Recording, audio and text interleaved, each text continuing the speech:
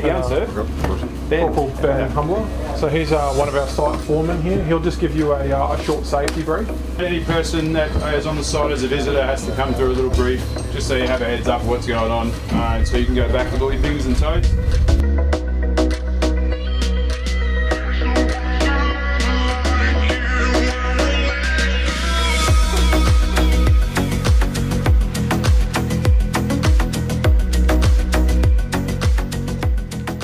Since our arrival, you can see the progress that we've made and what Corporal Humbler briefed you on earlier.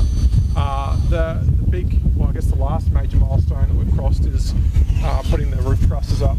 You'll see the crane that we use down here on site. These buildings are very strong. If there's ever another cyclone, I'd be very, very safe in one of these buildings, absolutely. I've never seen trusses that close.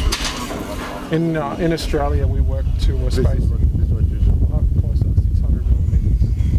This is 900. So these buildings will last 10 cyclone yards going into the future. Very strong. And I'm sure I'll be back in a month's time. Yeah, no, that would be fantastic. Well, we're looking forward to it. It's been fantastic to see the progress today, and next time you come here, you'll see a completed building.